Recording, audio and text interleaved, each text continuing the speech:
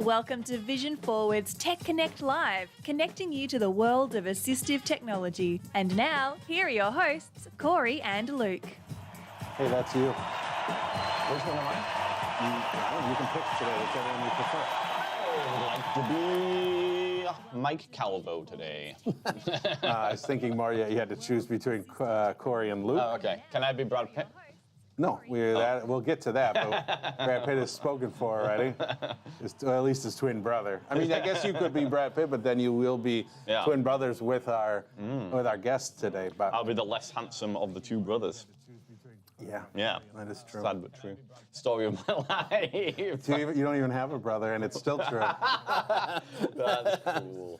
Hello, everybody, and welcome to the show. It is Thursday. Thank you. The May of the 23rd. Yes, Corey? Yes. Do you know what happened this week? Wait. Well, okay, question first. Do you count Sunday as this week or last week? Technically, it is this week. Okay. The week starts on Sunday. Do you know what important event happened this week that you never even mentioned, never even thought about? Yes, I do. Okay. I actually forgot to wish you a happy birthday. Hey! I did remember that it was your birthday. Yeah, thank you. And you're right, I totally forgot. And that was because I was waiting to do it here live in front of everyone else. Why give you a happy birthday on your actual day when only you hear it, when I could say it in front of tens of people? Tens of people. So I don't even know if we have tens of people, but... happy birthday, thank you, Luke. Corey. I very much And how old are that. you? How old were you on Sunday? Thank you. An assistive technology professional never gives away their age. All right, let me guess. Did you you didn't turn the big 4-0, did you? No, already done that. Oh, 41. Yes, the big 4-1. All right. Now, if anybody would like to put into the chat how old they think Corey is based on either his appearance or his voice or his smell, if you've had the or his age. Or the way how old do I act? I get some pretty low. Yeah, that would be in the single digits, perhaps. Yeah. But anyway, thank you for joining us. It is Tech Connect Live. It is. I am Corey. No, wait, I actually honestly made a mistake there. I was going to say. I am Luke. That sounded like you were. It was a mistake. I am Luke, and here is Corey. Also joining us today is Jonathan. Yes, hello. Welcome back to another Tech Connect Live. And there he is. And we also have a special guest who we'll be getting on to very shortly. We do. Excited. Mr. Pitt Jr. Mr. Pitt Jr., exactly. Very excited to be talking to him. But before we get onto our special guest, Jonathan, did you find any jokes for us today? Yes, but Okay. they're pneumatic in nature. Okay. And Okay. we'll see how it is received. Okay, so hold on, I've just realized I forgot to turn on your microphone for that part. So Jonathan said yes, he did find jokes and they are pneumatic in nature. Now, the reason why they are pneumatic will become clear shortly, but before we I don't know find that that's actually true. I will to some extent. But please continue. Yes. Well, so this one's a pretty simple one. What did the pneumatic frog say? What does a pneumatic frog say? Well, frogs normally say ribbit, to my understanding. So, what does a pneumatic frog say? Rivet? No. Yep. Is it Hey! rivet? Rivet. I'm sorry, but That's fine. I thought I remember us talking at one time where we were getting rid of jokes. Yeah. and this is why. This is Yeah, a perfect illustration of why. Sometimes you need a reminder on why you've made. No, I'm just kidding. Indeed. Rivet. Rivet. I hope everybody in the chat is having a lovely day today, and please do remember that you can put things into the chat, such as jokes, questions, comments, stories, pictures, probably not pictures actually, complaints, Yeah, complaints can go. angry. As far as Corey's age is 21. 21. Yes. Okay, Corey, anywhere close? Well, I'm guessing Elliot's blind. No, I am not. I'm more than double that. Interesting. So we know more than 42 That is correct. from this information. So let's keep on guessing here. Yeah. You might want to be aiming toward maybe the high 70s, Maybe. low 80s. Possibly. Not how old do I feel? Oh, sorry. How old my mistake, am I? My mistake. Yes. All right, well, it's time to introduce our special guest. Yes. Our special guest today looks very much like Brad Pitt. Well, so our special guest the camera wasn't working. Yes. And I said to the special guest, "Hey, Yes. Will Walsh." That's his name. From Pneuma Solutions. Thank you. He is considered one of their leading solutions consultants. I don't know if you knew that. I did. I said to him, "Hey, Will, what if you had to get, or if you had to pick, what Hollywood star do you look most like? Yeah. And he said, well, it's very difficult to answer that because I'm more handsome than any Hollywood star. He said, but if I had to pick one that was closest, that I could, that it still is beneath me, I would say Brad Pitt. Yeah, so Will, would you care to confirm or deny the recounting of this event by Corey? Yes, I'm the bizarre blind man without his camera working, and so I have officially taken the title of Brad Pitt. Hey! You come onto Tech Connect Live. If your camera doesn't work, we will assign you a picture. And, I learned this. Yeah, and it's actually not a bad thing today. I mean, I wouldn't mind replacing my picture. Actually, most people would probably prefer if we replaced our picture with Brad Pitt. Maybe I could do a printout of Brad Pitt's face and we could stick it on your head. Can you make a Brad Pitt mask and I'll just wear it around all the time? And then when I look at you, I won't have to be disgusted and repelled. You know what? Looks are only skin deep, and my personality will still repulse you. So fool you, tricks on you. I guess it is. Well, Will, would you care to introduce yourself for our listeners? Let us know, even though Corey did a little bit there, but let us know who you are, where you're from, and what you do. Absolutely. So I am Will. I'm Brad Pitt. No. I am Will Walsh. I am what we like to call a solutions consultant. That's a really fancy schmancy way of saying sales and tech support. So those are my two primary lanes with the company. For those of you who might be wondering, what the heck is Pneuma Solutions? So Pneuma Solutions was actually formerly known as Ceratech. I'm sure when I say that name, many people will be like, oh, I remember them. So Ceratech was actually a staple of me growing up. I actually used System Access and the System Access mobile network very heavily in both middle school and high school as a blind teen. I was the winner of one of their contest giveaways back in 2013. Mike Calvo actually interviewed me and wanted, and I won an iPad Mini back when it was first kind of becoming a thing. So, but I mean, that's all jokes aside, with all lighthearted talk aside with that. AT has really defined my success. It was crucial to me completing a college degree. I worked as an AT specialist for a while for my local nonprofit here in Houston, and I ultimately was given an opportunity. Mike reached out and said, "Hey, do you want to come work for us?" And I said, "Yeah." Is the sky blue? So Will, are you telling me that you were headhunted then? Basically. Wow. You could say that. Very nice. Yep, you could kind of say that, but I think connections, especially in this lane, go a long way. So I'm fully blind. I'm fully blind. I've been blind since birth, and I'm thrilled to be a part of one of my personal favorite AT shows of all time. Well, that's very nice of you to say. Wait. You mentioned Mike and you mentioned Ceratech, and that I think when you talk about companies and individuals in the assistive technology field, there's a number of names out there that people sort of know of, no matter how old or young you are. And Mike is definitely one of those names that I think will always be always be part of assistive technology. And I think one of the things I always loved about Ceratech is that they were like that small, scrappy company going against the big guys, and they were doing it in a way that was different. Giving away system access to go, giving away a screen reader on demand for free. The SA Mobile Network really sort of creating something that was not only easy to use, but a community. I mean, they were just doing it differently, and I think he's continuing to do that. But like I said, I think Mike and Ceratech are just one of those names that'll always be part of assistive technology history. So why the rebrand from Ceratech to Pneuma then? I didn't realize that this was the same company. I had assumed it was a separate company. So what ended up happening was our former in 2014, Mike was going through a series of personal life experiences and life events, He was asked, ultimately, he regrouped and went to work for Accessibility as a Right Foundation or the AIR Foundation. Okay. During that time, he handed control over to his chief operations officer, Michael Fox, and that momentum kept going through 2017.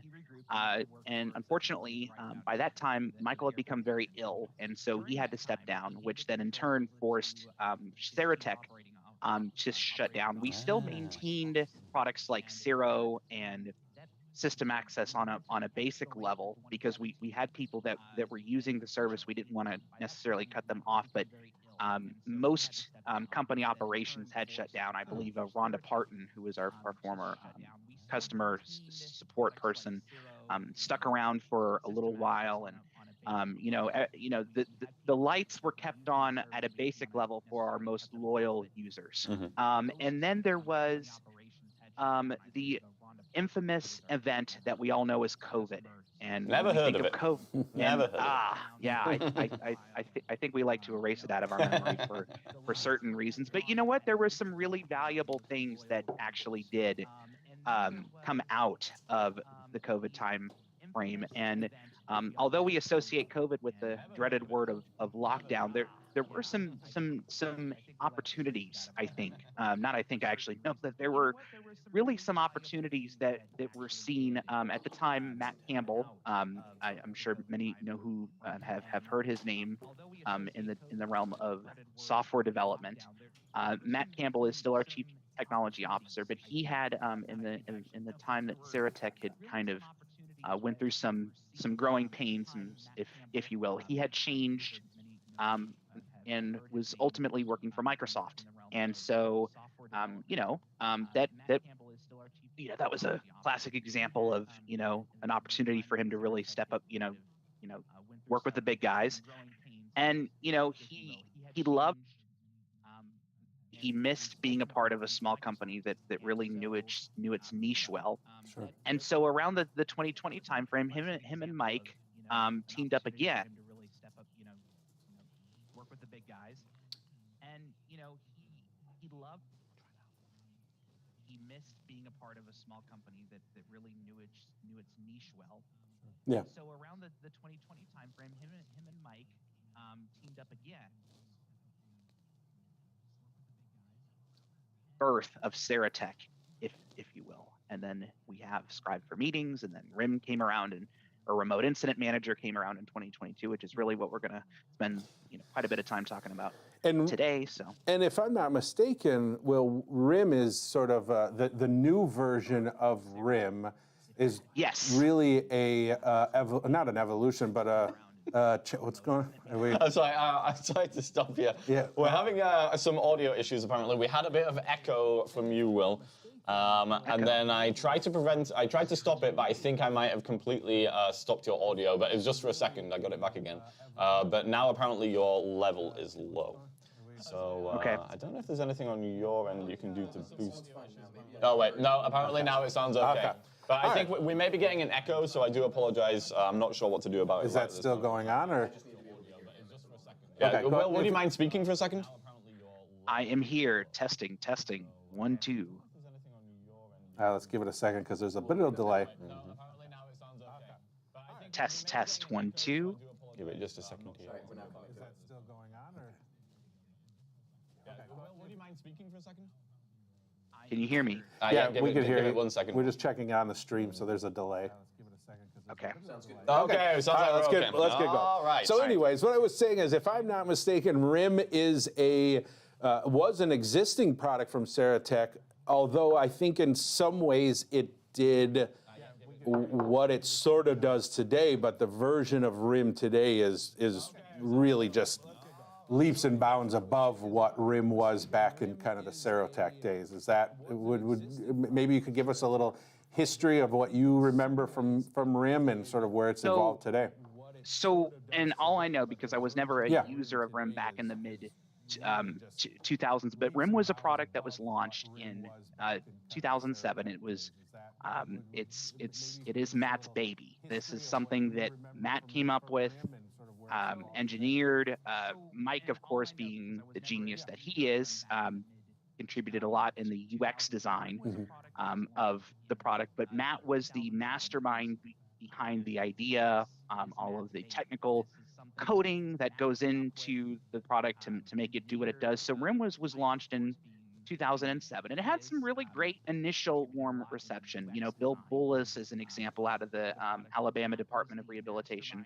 At the time where he was working, happened to adopt RIM, and a few other orgs. But really, I think because of the momentum that was gained from System Access, that was really our cash cow at the time. And so what ended up happening was RIM was put on a shelf in 2010, and basically it was decided that, hey, you know what, System Access is really where we need to be spending our time. We're going to kind of stop, temporarily stop development of RIM and really focus in on System Access. RIM has always been a remote training and support tool. It has been that way from day one, and we always have prided ourselves on the fact that it is really easy to get connected. We have adopted from day one the idea of both parties deciding on a keyword, and that keyword can be something as simple as the letter G.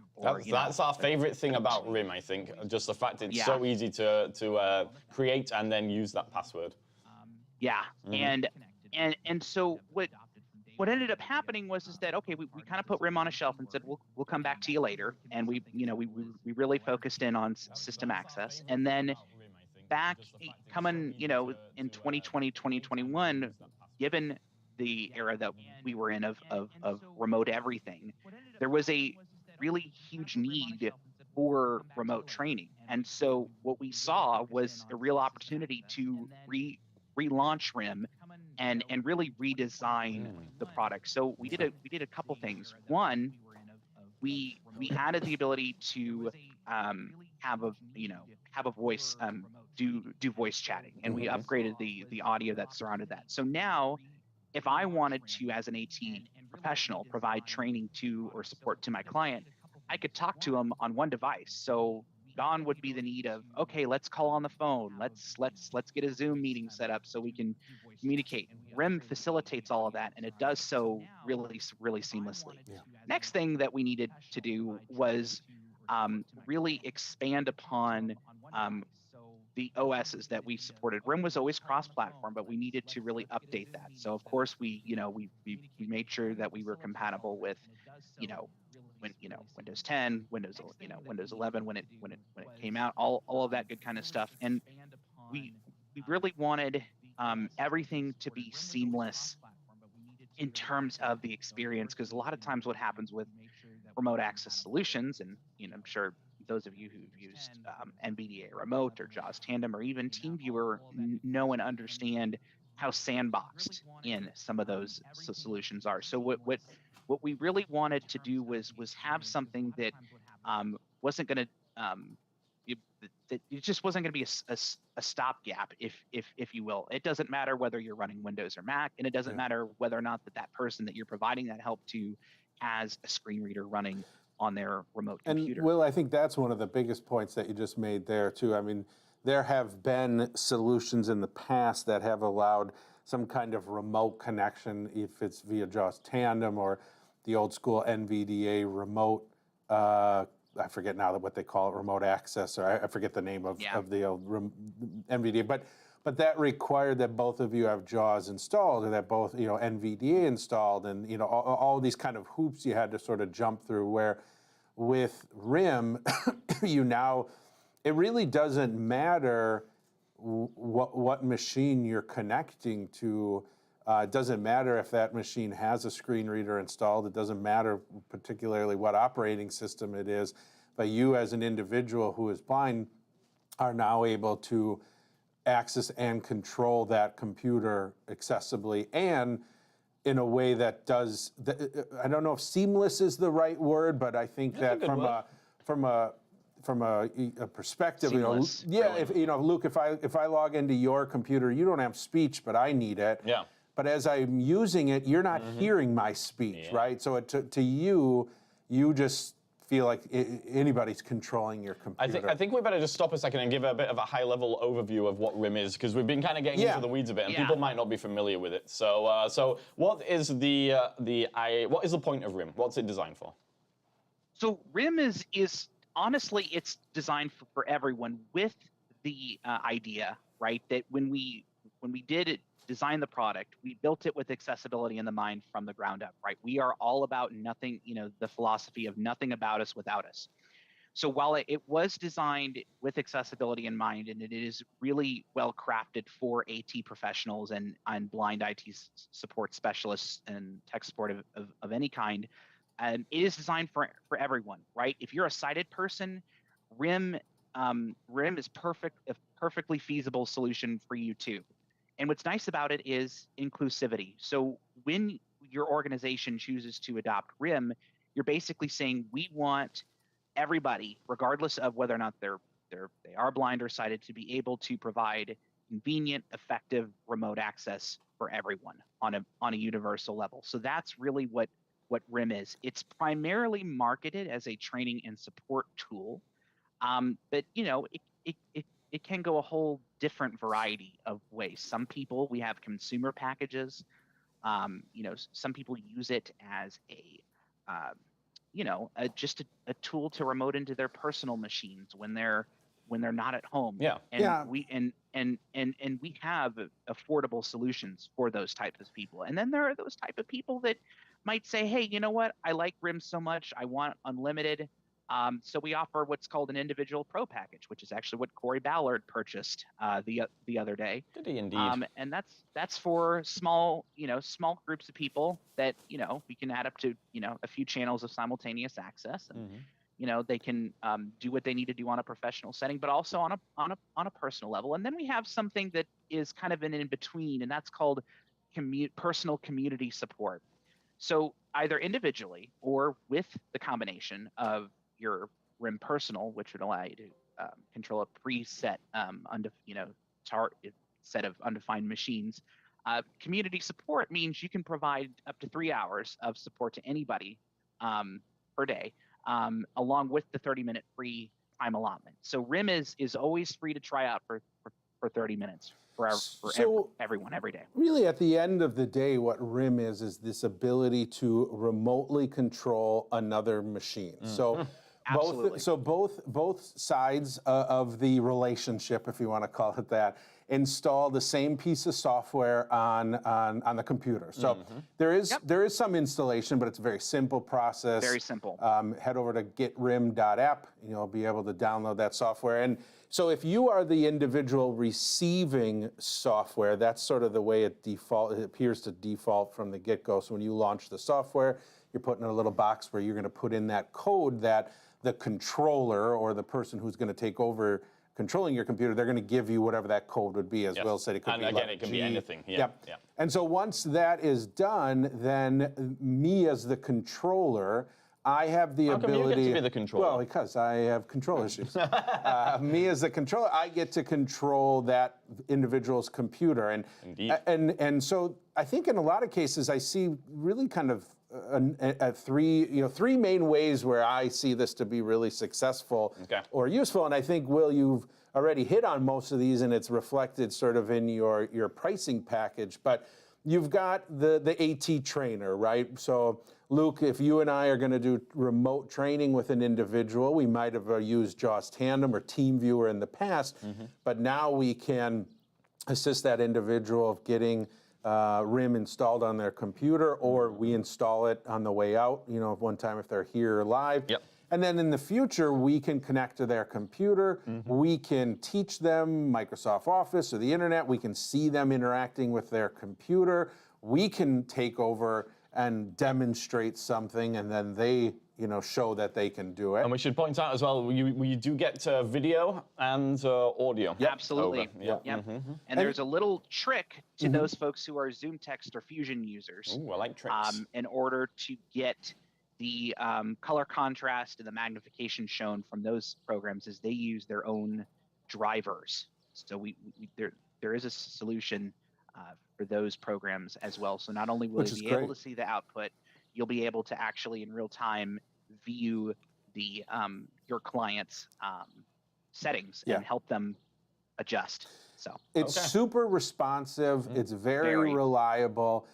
So from a training standpoint, it's great to be able to provide reliable and consistent, training to individuals. Computer training, it's a great tool.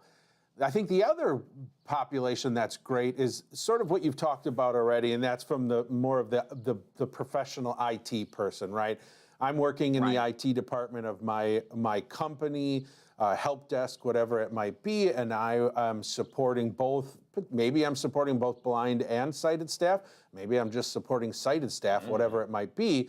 If my company's adopted RIM, I now have a tool to easily connect to any employee's computer and provide a high level of remote access where I can troubleshoot, make changes, whatever. Again, don't need a screen reader installed on their computer. So from an accessible IT remote solution, there's really only, in my opinion, RIM is really the only route to go. Oh, yeah. It honestly is. Yeah.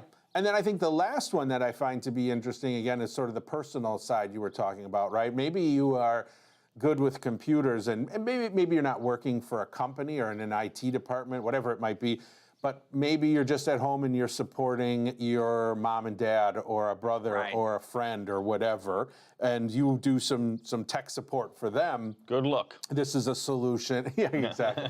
This is a solution for you to be able to help them. And one of the things that I foresee using with my mom, to be honest, is something we haven't touched on yet, is this unattended option. So we talked about, the ability to type in a code, but there's also an ability to set up an unattended relationship where you can then just basically get remote access to that computer at any time without, obviously the machine has to be on. Seriously? Yeah. That's a big flaw if you ask me. But you can you don't have to worry about giving a code or anything like that. And that would be perfect for if you're on vacation and you're trying to access your home computer, so you can do whatever when you're away. So. Yeah. Right. And one thing I'll add just real quick about unattended is that if you are a pro or an enterprise level subscriber, we have what are called target installers that you can build. And what's nice about those is you can put them on any computer that you want to remote into. So they're an exe file. If you're an IT person, you could walk around with a flash drive, pop them on all the computers on your network. Or if you're an AT professional trying to really ease the load on your client and just set their computer up for remote access, you can send them that installer that'll download an exe, they'll open it up, and it will pre-configure their computer for either attended or unattended remote access. So I could sit for me, drawing on my former experience as an AT professional, we ran into a lot of people that had varying degrees of computer savviness, and more so the keyboarding was an issue because as we all know, what happens when we're when we have sight and then lose it is we are used to looking at the keys on the keyboard, and then we lose our sight and we can't type.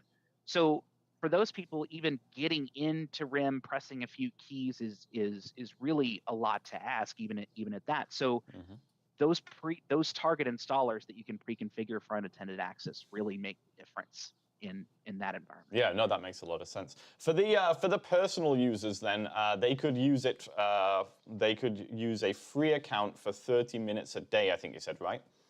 Correct. Okay, and then is that a case of then like it is just 30 minutes a day, or is it like a reboot situation where if you reboot, then you can use it? It is 30 a day, and that is for providing assistance. I want to emphasize that receiving help is always free. Okay. There's confusion on that.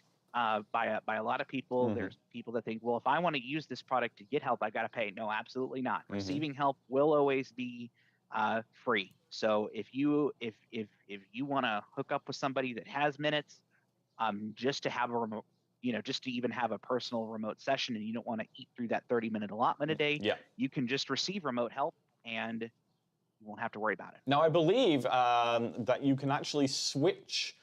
So if I'm helping you, and then we could switch so that you would then be like controlling my computer instead. So if that happens, then the person who was being helped but is now doing the help, they would be then starting to use their minutes, I assume? No. So as long as you are in the mode of receiving help, the controller's in charge. So if as long as the controller agrees, because we don't let the person receiving help flip. That's up to the controller. So as long as the controller decides, yep, I want you're good to flip over to my machine, the controller initiates that, and you're still not paying. Oh, cool. Very nice. I like it a lot. And that flip mode, it's actually really interesting too, because there's some, I think, from an AT trainer standpoint, there might be times where you're training on a piece of software that you have on your computer, but the person you're training doesn't have it yet for whatever reason. And so let's use Outlook. Maybe they don't have a Microsoft 365 subscription, but you want to train them on Outlook. Doing that flip flop then allows them to access your exactly, and so you can kind of still provide that. And I assume all keyboard shortcuts are transmitted from computer to computer if you, I don't know, hit a checkbox to allow it or something like that. Yep, absolutely. Okay. Everything is just seamless. It's I literally tell people it's almost like, it's not really almost, it is essentially the equivalent of sitting in front of that other person's computer. The only real keyboard command that you need, at least from a Windows standpoint, I can't remember what the Mac equivalent is, but is that Windows Shift Backspace is really the only, when you think of like, hey, what keyboard commands do I need to know for RIM? That's it. For RIM specifically, but I was thinking about training, you know. But I was saying just from getting going with RIM, it's literally, as long as you remember that keyboard command, you're able then to access the menu and do, get a voice chat going, flip-flop this, minimize it so that you can go back to your computer, whatever it might be. The other thing I wanted to mention, too, that I really liked about RIM is the ability to restart the individual's computer, and then have it reconnect. And not only does it reconnect, but it actually reconnects at the login screen, if I'm not mistaken, right? So that's a huge benefit there as well. We have something in the chat, I believe, Jonathan. Sorry. I had set my mic down for a second. Yes, we have a few fundamental questions in the chat. But before that, hopefully none of them are, what is a computer? No, I'm not quite that bad, no. But we've got a couple people in the chat who are just saying, thanks, dude, love it. Okay, awesome. Grow Films, and we also have Sam Seavey. Hi, Sam. In Sam. The comment section. We actually do have a question. Sam, did you get your sweatshirt back? Yes, please let us know. It was mailed. I told Luke to keep it so I could wear it today. So to the meat of the issue is we're trying to figure out if this is available on mobile, because people are talking about that's a good question. That's a good question. Remote into their home PC from their phone. That would be awesome.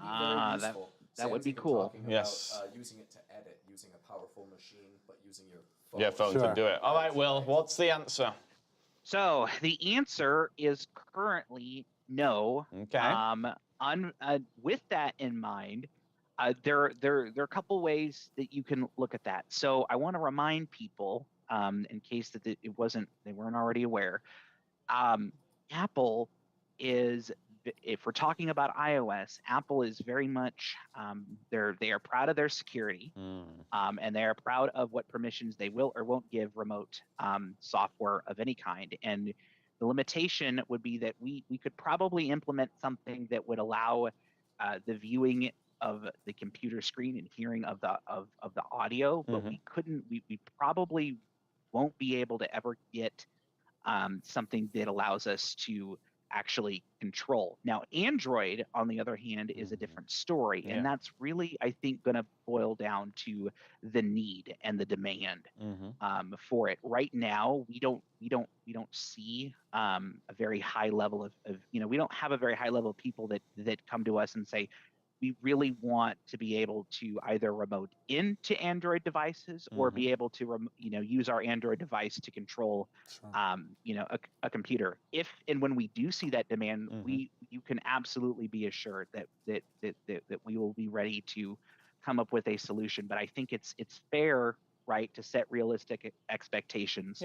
That on the iOS side of things, I don't foresee that becoming a an full-on interesting possibility. implementation because you're now. I don't know how feasible. Well, that's it would even be. you're controlling a PC with using a non-touch touch screen. with a touch screen, and I mean, I definitely think there's probably ways to do it, but and then putting accessibility on top of it, getting voiceover, or talkback. But if you heard what Will said that if they see enough demand, then they will look into implementing the feature. So if you want the feature, you've got to bombard Will with emails, I'm afraid. If anyone can figure it out, I think Matt Campbell probably is able to do it. I don't from a coding standpoint.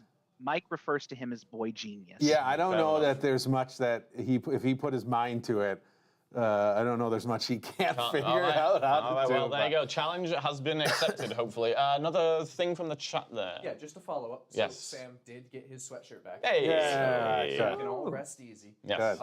But also, there's a follow-up question where if they are the controller and they're using a screen magnifier such as Windows magnifier, will the target machine also display that magnification? Oh, that's a good question. So can you magnify the target machine? Right, if you're trying to show someone something, or if you're trying to that's use a magnifier. That's a great question. I would go out on a whim and say that you'd probably need to launch magnifier on the target machine. That would make sense to me. I don't think that we really had thought. Admittedly, I don't think we really thought through that scenario. But you know what? It's something that we could look into. That actually makes sense. I mean, if you are a low vision IT professional, or not even just an IT professional, but just low, interesting. I wonder. I mean, does your magnifier? Yeah, you're probably right. You probably have to launch it on the machine, but I don't know. I know from experience with. In the past, with using remote access, specifically with TeamViewer and using magnification programs on the client's computer, that those settings wouldn't be transferred over to my computer, so I couldn't see what they were seeing magnification-wise and color-wise. But you said that had been fixed, at least for ZoomText. There's a little option called compatibility mode. If you go under Help, and then Advanced, and then Display Adapter. There's a little checkbox. You just turn it on, use it for the time being, and then what the Sparrow and us both recommend is that you disable that feature once you're done for optimal performance once you're off that remote session. We'll have to try it out. It's very cool that you're able to do that, because I mean, oftentimes, you're trying to train somebody, they're zoomed in and they've got different colors applied, and you're trying to guide them to something, but you can't see what they're seeing, and they can't see what you're talking about. So, I mean, it's really nice that is possible using RIM. We have something else from the chat here. So sorry to ping pong so much, but questions from the chat. They're trying to figure out how universal this is.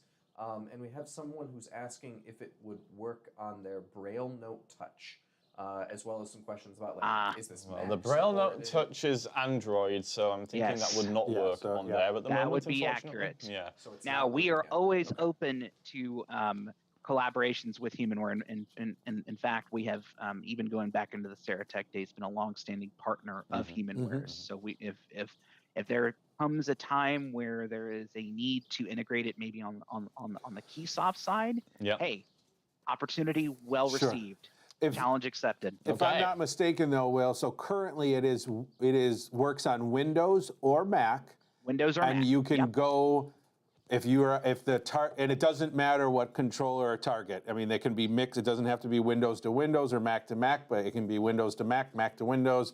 Doesn't matter. Correct. Mac to Mac? Yep. You can go Mac to Mac, Mac to Windows, Windows to Windows, or Windows to Mac. What are all the possible combinations? Yes, there is not any other combination. I didn't hear any Chrome in there, though. Any Chromebook. Well, it's because no one uses them. How dare you? I'm kidding. Poor Google. If you're talking about school systems, exactly. Chromebooks could actually be you've got a point. I think our goal was to address the two main elephants in the room. I think you've got to look at your return on investment, and I'm guessing at this point there is both the Android, iOS, and Chrome OS. There's probably 7 people who have their hands up. But those people are very in need, Corey. Not that they are, and not that they are. I'm not diminishing those 7 people. It's not all about ROI. You are a cold-hearted businessman. I am a cold-hearted Think of the people. businessman. Think of the people. The people are numbers. Oh, okay. I'm kidding. Totally kidding. Will, we haven't got much time here, but I am interested. When I was on your website, not only did I see RIM, I also saw RAM. What's the deal? RAM. Okay, Yeah, you know what, Will? if even you don't know about Well, it, I I guess it had can't be that big I a had deal. the exact same think response.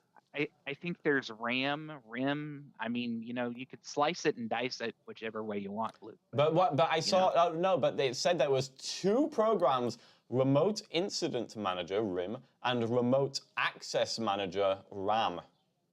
I think that, you know what? What? If I'm not mistaken, that might be back from the old Serotech, the original version of RIM. There was the RIM and the RAM client where if you were the controller, I think it was RAM, and if you were the target, it was RIM. Okay. If I'm not, I think that is starting to spark a little memory. Maybe that's what the potentially. deal is. That would make sense. But I You know what? could be I'm totally gonna wrong. have to look at that because now you've got me like really, you know, Yeah. Yeah. I mean, freaking out over here. It might have been me just imagining things, but I don't know. Yeah, Maybe I don't know. There's this Maybe it was a product dream. that you haven't been selling this whole time. Yeah, exactly. People are like, why is it? No, nobody's buying RAM. And they're like, Nobody even knows about RAM. We know, but we didn't know. Yeah. All right, well, we are getting about the time where we have to wrap things up, sadly. But, Will, if people would like to try out RIM, could you give us, again, the URL? And maybe, Jonathan, you can put it into the chat here. Yeah, so the address is going to be pneumasolutions.com/RIM, and that's Pneuma with a silent P as in Papa, so that you're not going to, a lot of people would think, oh, that's NUMA or NEUMA. It's actually PNUMA. Okay.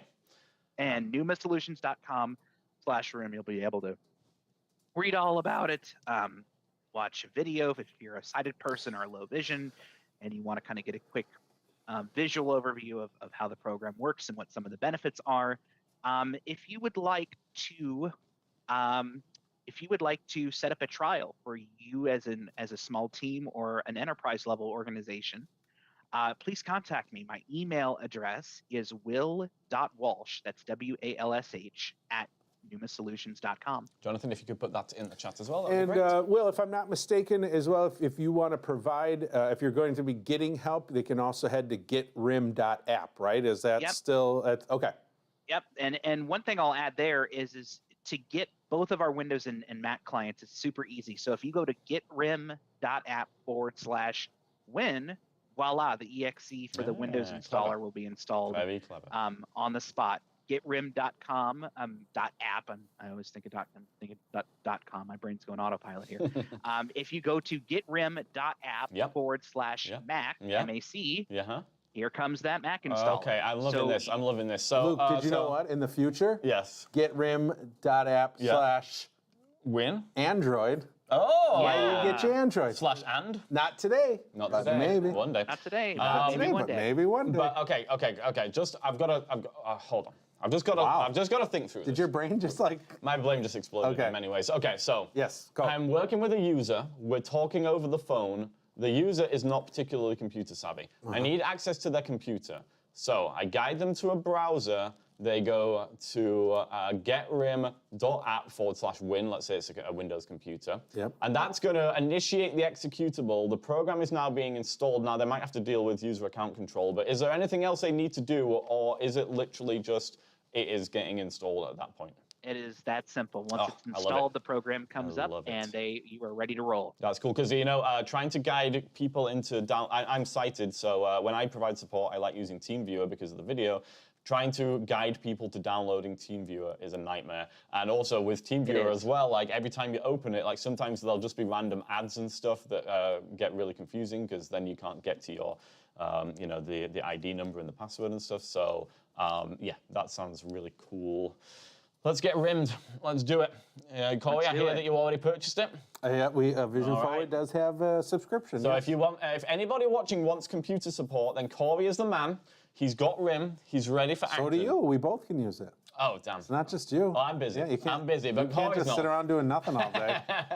I'm busy, but Corey's got nothing to do, so he's ready. I am ready. To use RIM, and there you go. So, No RAM, just RIM. Just RIM. We're not using RAM. No RAM. All right, well, it's been a real pleasure having you on the show. Thank you so much. Just quickly, Jonathan, anything else in the chat that we've missed, or are we good? Just some well wishes and complaining about how popular Chromebooks are among students. Okay, well, thank you for that. Maybe one day we'll do a show about how much we hate Chromebooks. Oh, well, we've had a we did a whole Chromebook. Not about how one. much we hate them, though. Oh, well, we can't do a whole show on that. We do have one little pop-up here from Sam asking pricing, question mark? Yeah, so that is all available on the website, I believe. So real quick, pro individual, we're starting there. That's $1,000 a year. Okay.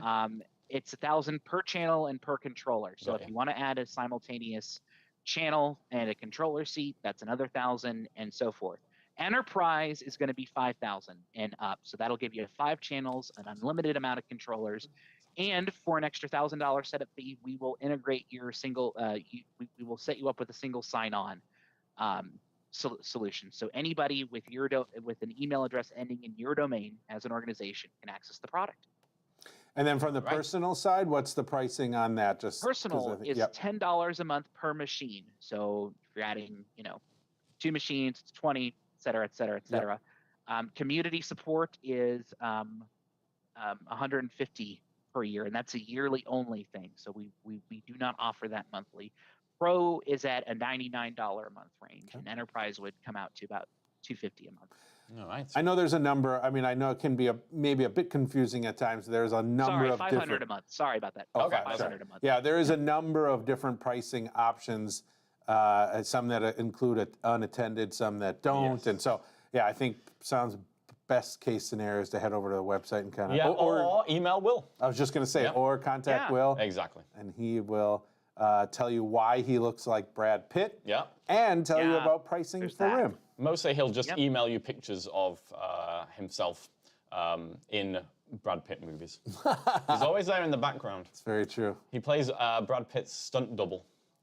Did you know that? No, Brad Pitt is Will Walsh's stunt double. All right, well, Will, thank you so much for joining us. It's been a pleasure. Maybe we will have you back sometime to talk about Scribe, because we didn't talk about this time. Yes. But for the moment, everybody go check out RIM, and we will look forward to seeing you in 2 weeks when we hope to have somebody from Glidance on to talk about the Glidance. Well, the Glidance, I mean, that's it, isn't it? It's the thing that we looked at Season. If you haven't seen that video, go to our YouTube channel, youtube.com/vision4techconnect. It is Corey, how would you describe it? A replacement for your guide dog. Well, it is a robotic mobility device. Indeed, a robotic mobility device, RMD, and when Corey tried it... If you have AMD, get an RMD. Get an RMD, when Corey tried it, it was being driven by a man, but it should be able to self-drive, hopefully, but I do believe that Sam had a non-driving experience that was a little better than... So go check out The Blind Life, and you can find out some thoughts on that if you watch the video from CSUN. But we're looking forward to having them on. They just did their initial... kind of like, let's call it the Explorer's sale. I forget what the exact word is. How much was it? Well, you put down a deposit of $100. That's all you had to do. Okay. And there may still be some available. There was a limit of 500, I believe. So I know they wanted to price at the cost of an iPhone. Okay, so here's the thing. Yeah. It's $100 down. Yep. I think the price is going to be $1,400 for those people. Yeah. But regular price is going to be more than that. But those initial that's 500 not bad, get a though. discount. I mean, it seemed fairly reasonable. Yeah. Maybe $1,400 is the full retail price. I forget exactly the situation. But you know what? We're having them on in 2 weeks, so they're going to tell us all about it. So we shall look forward to that. And with that being said, Corey, it is time to say goodbye. Thanks again, Will, and thanks everybody. And we will see you again in 2 weeks. Bye for now. See ya. See ya.